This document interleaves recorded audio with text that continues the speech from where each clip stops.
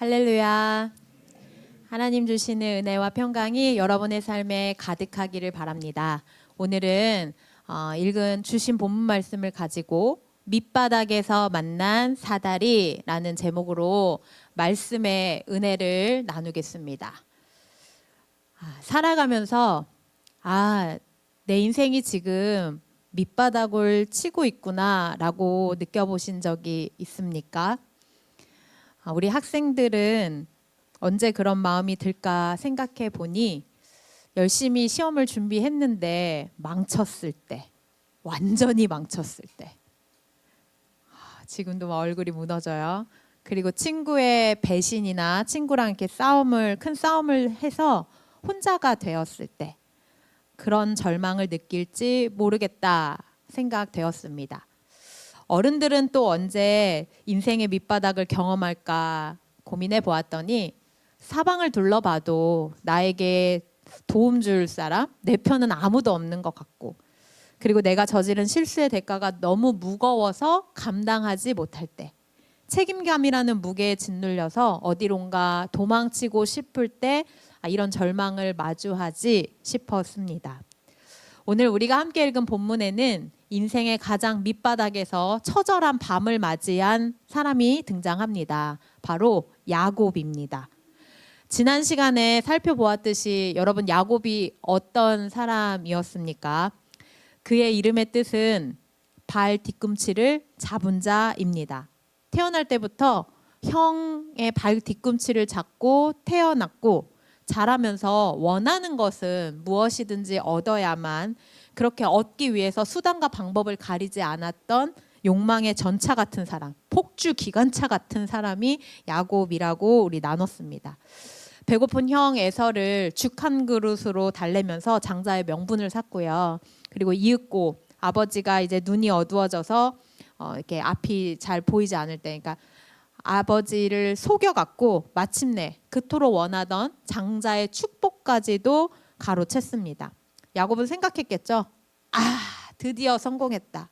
하나님이 내가 엄마 뱃속에 있을 때 약속하셨던 그 말씀을 내가 다 이뤘다. 이제 다 내 차지다. 내가 승리자야 라고 생각했을지 모릅니다. 그러나 죄의 대가는 달콤하지 않았습니다. 그 승리의 기쁨도 잠시였고 성공의 기쁨은 아주 잠깐이었고, 곧바로 비극이 찾아왔어요.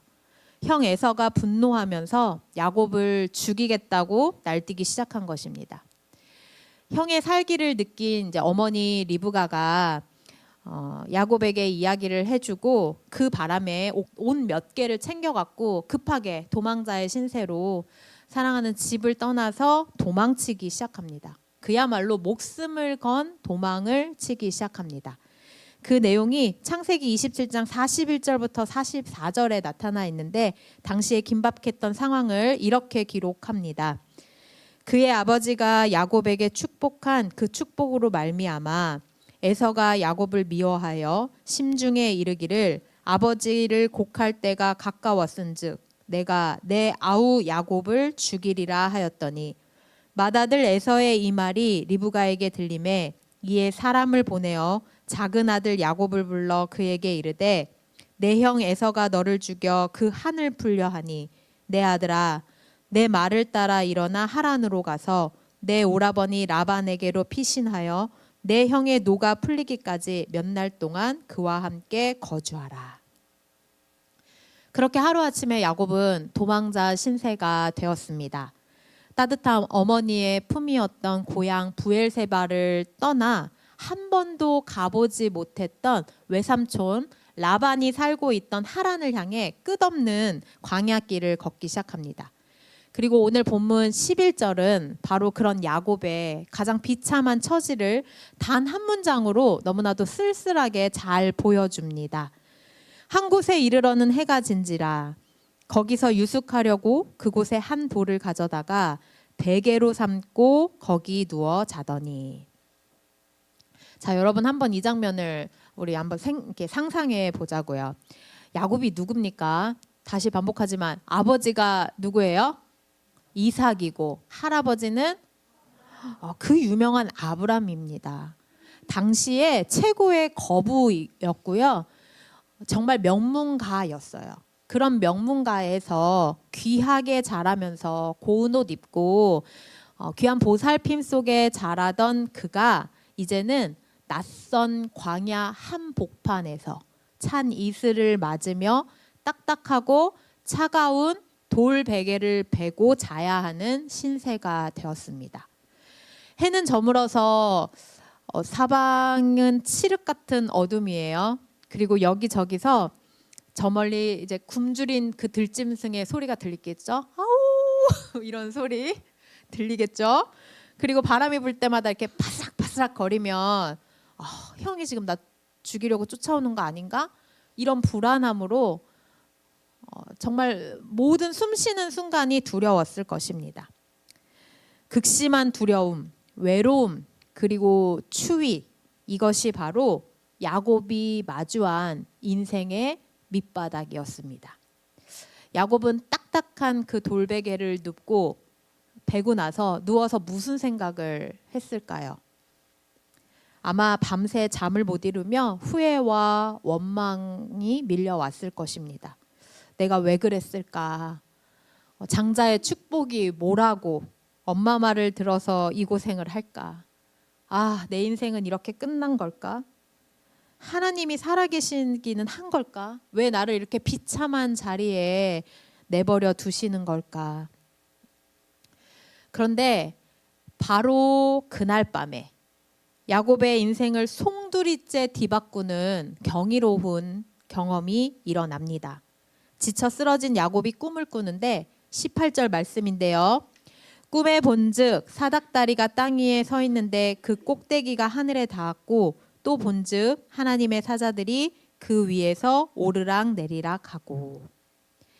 떼약볕 아래 혼자 버려진 줄 알았던 그 광야 한복판, 칠흑 같은 어둠 속 두려움 속에 버려진 것만 같은 그 광야 한복판, 그 밤에 하늘과 땅을 잇는 거대한 사다리가 내려온 것입니다. 저는 말씀을 묵상하는데 여기서 꼭 우리 성도님들과 잊지 않고 기억해야 할 영적 진리 하나를 발견했습니다. 이 사다리는 야곱이 하늘을 향해 열심히 착하게 살아서 쌓아 올린 사다리가 아닙니다.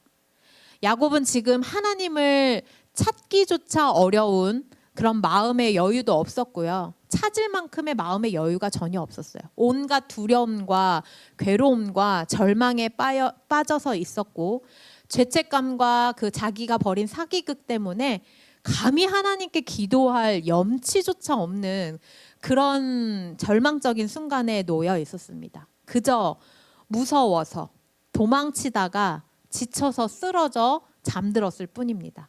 그렇다면 이 사다리는 어디에서 온 겁니까? 그 사다리는 하늘에서부터 야곱을 향해 내려온 사다리였습니다. 내가 하나님을 찾아낸 것이 아닙니다.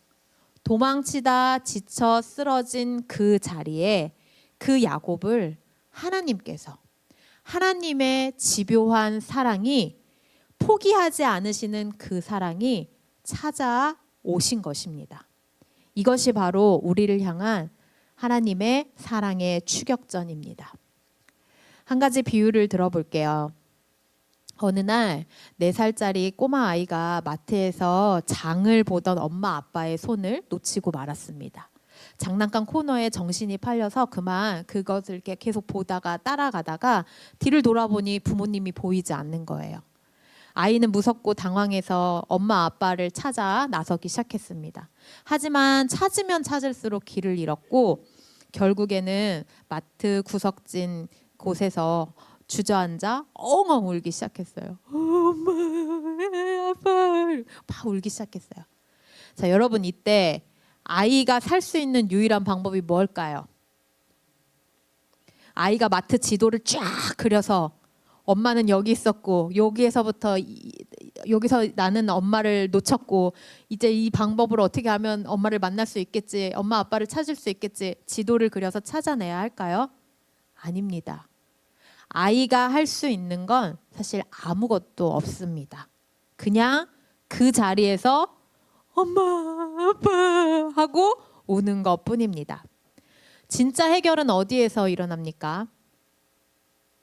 아이가 손을 그 놓친 순간에 온 마트를 이잡듯이 찾아다니는 엄마 아빠의 걸음에서 시작됩니다. 온몸이 땀으로 흥건하게 젖을 만큼 정신은 하나도 없고 그 아이를 찾아야겠다는 그 마음으로 사람들에게 묻고 가서 안내 방송을 하고 직원들한테 찾고 그렇게 헤매면서 아이를 찾아내 가장 구석진 곳에서 울고 있는 아이를 발견해 끌어안는, 그 아이를 달려와 품에 안는 그 순간에 모든 문제가 해결됩니다. 우리는 흔히 신앙생활을 하면서 많은 오해를 합니다. 내가 열심을 내고 기도를 1시간, 2시간, 3시간 많이 하고 헌금도 많이 하고 도덕적으로도 완벽하게 살아낼 때, 온전할 때만 하나님이 나를 만나 주신다고 생각합니다. 아닙니다. 기독교는 인간인 우리가 신인 하나님을 찾아 올라가는 종교가 아닙니다. 하나님은 우리가 실수하고 넘어졌을 때, 내 잘못으로 인해서 인생 밑바닥에서 신음하며 돌베개를 베고 있을 바로 그때에 사랑의 추격전을 멈추지 않으시고 우리에게 은혜의 사다리를 내리시는 분입니다. 하나님이 사다리 꼭대기에서 야곱에게 말씀하세요. 그런데 놀랍게도 그 말씀은 책망과 무서운 징계의 말씀이 아니었습니다. 야, 너 왜 형 에서를 속였니? 너 왜 아버지를 속였니? 그러고도 네가 내 백성이니? 그러고도 네가 내 자녀니? 이렇게 다그치지 않으셨습니다. 오히려 가슴이 저려오는 사랑의 약속을 그 순간에도 쏘아 부어주십니다. 우리 15절 말씀 함께 읽어보겠습니다. 내가 너와 함께 있어 내가 어디로 가든지 너를 지키며 너를 이끌어 이 땅으로 돌아오게 할지라.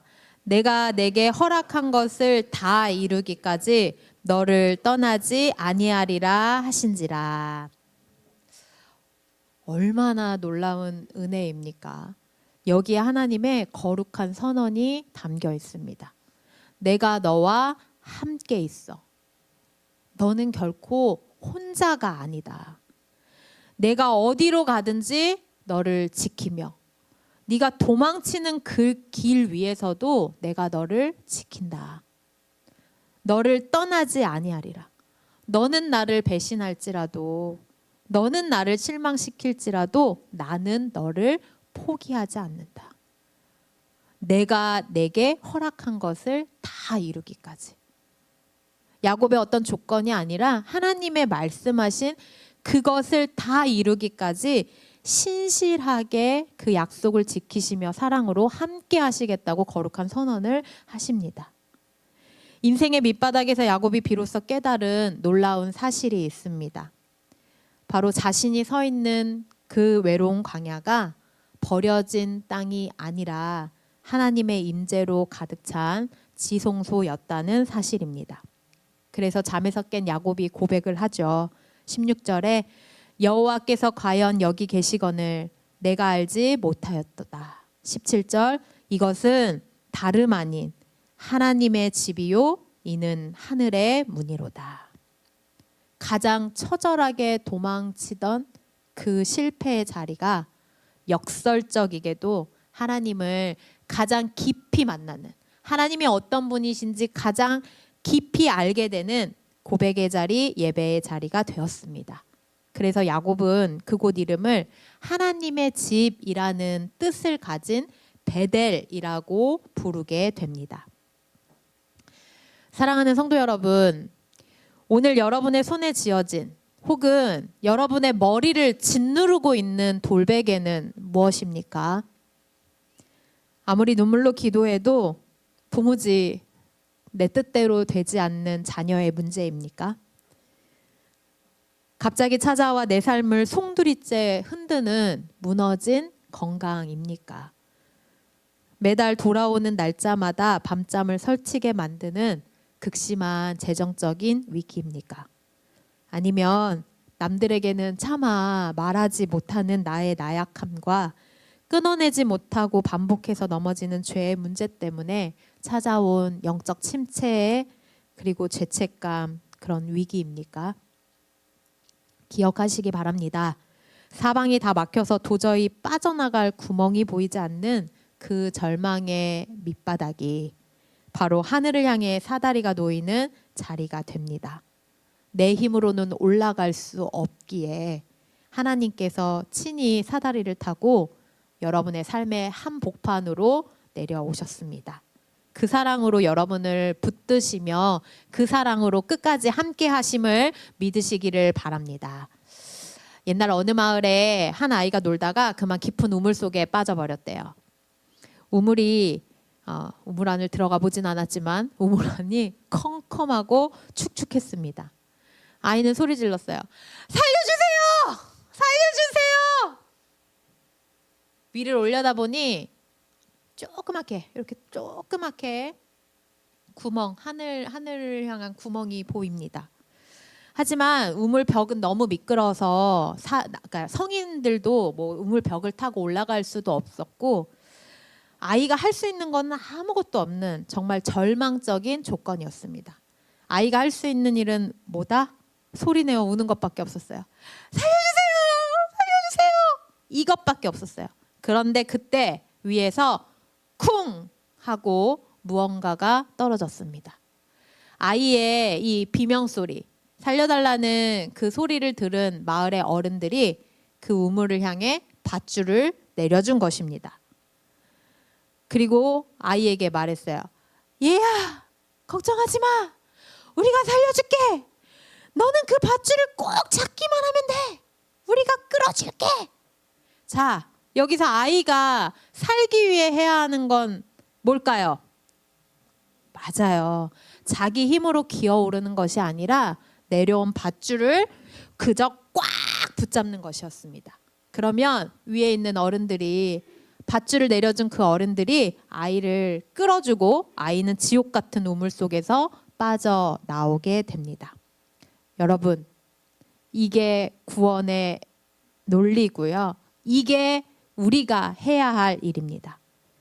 예수님께서는 요한복음 1장 51절에서 이 야곱의 사다리가 바로 예수 그리스도 자신임을 밝히셨습니다. 또 이르시되 진실로 진실로 너희에게 이르노니 하늘이 열리고 하나님의 사자들이 인자 위에 오르락 내리락 하는 것을 보리라 하시니라. 죄로 인해 거룩하신 하나님께 절대 갈 수 없는 우리를 위해서 예수님이 친히 하늘 보좌를 버리시고 이 땅에 내려오셨습니다. 하늘과 땅을 잇는 사다리가 되어 주셨습니다. 그리고 우리가 신음하고 아파하는 그 인생의 가장 밑바닥, 제약의 우물 깊은 그곳까지 주님이 찾아오셨습니다. 그것이 바로 십자가입니다. 그러므로 사랑하는 성도 여러분, 여러분이 도망친 삶의 그 자리에 있다고 해서 두려워하지 마시기 바랍니다. 내 연약함과 허물 때문에 낙심하지 마시기 바랍니다. 하나님의 끈질긴 사랑은 우리가 도망친 거리보다 언제나 더 길고요.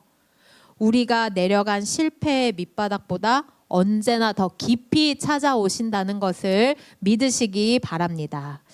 말씀을 맺겠습니다.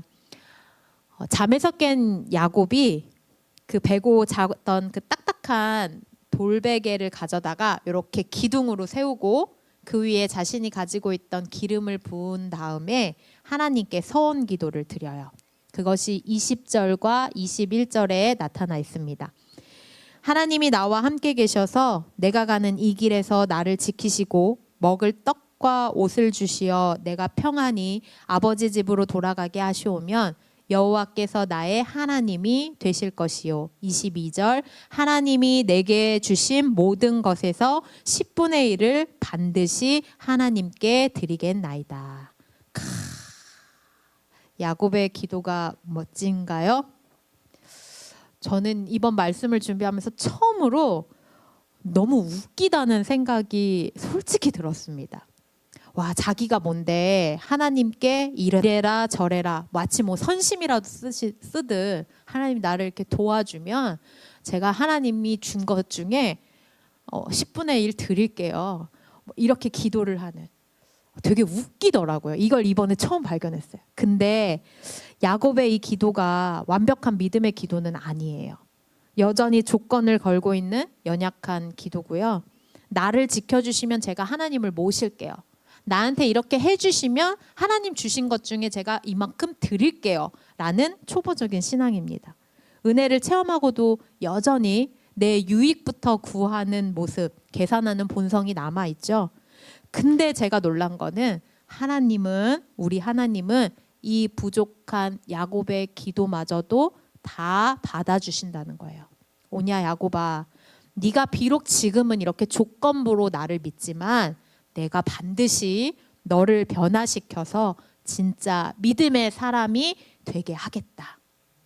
내가 너로 인해 너에게 약속한 그것들을 이루기 위해 너와 끝까지 함께 하겠다. 함께하며 너를 믿음의 사람으로 만들겠다. 그리고 실제로 하나님은 야곱의 평생의 삶 동안, 그의 인생의 끝날까지 이 약속을 신실하게 지키십니다. 이것이 바로 우리를 포기하지 않으시는 하나님의 거룩한 끈기입니다. 지금 삶의 무게 때문에 혹은 말 못할 사정 때문에 돌베개를 베고 얼굴을 찌푸린 채 울고 계신 분이 있습니까? 어두운 환경을 바라보며 절망하지 마시고 눈을 들어 하늘로부터 여러분의 삶에 꽂혀 짓는 은혜의 사다리를 보시기를 바랍니다. 나를 절대로 포기하지 않으시는, 내 인생의 가장 처참한 밑바닥까지 추격해 오셔서 구원의 밧줄을 내리시는 하나님의 신실한 사랑을 꽉 붙잡으시는 주님의 사람들이 되시기를 바랍니다. 내가 도망친 그 자리가 변해서 하나님의 거룩한 지성소가 될 줄로 믿습니다. 내 인생의 밑바닥이 변해서 하늘의 문이 열리는 최고의 자리로 변화시켜 주실 줄로 믿습니다. 그 신실하신 베델의 하나님, 사랑의 추격전을 멈추지 않으시는 참 좋으신 하나님을 신뢰함으로 다시 한번 힘을 내서 믿음으로 일어서는 저와 여러분이 되기를 우리 주님의 이름으로 축원합니다. 이 시간 함께 우리 하나님의 부르심 찬양하고 주신 말씀 기억하여서 여러분 마음에 주신 각자의 감동을 가지고 하나님께 기도하며 나아가기를 원합니다. 함께 찬양하겠습니다.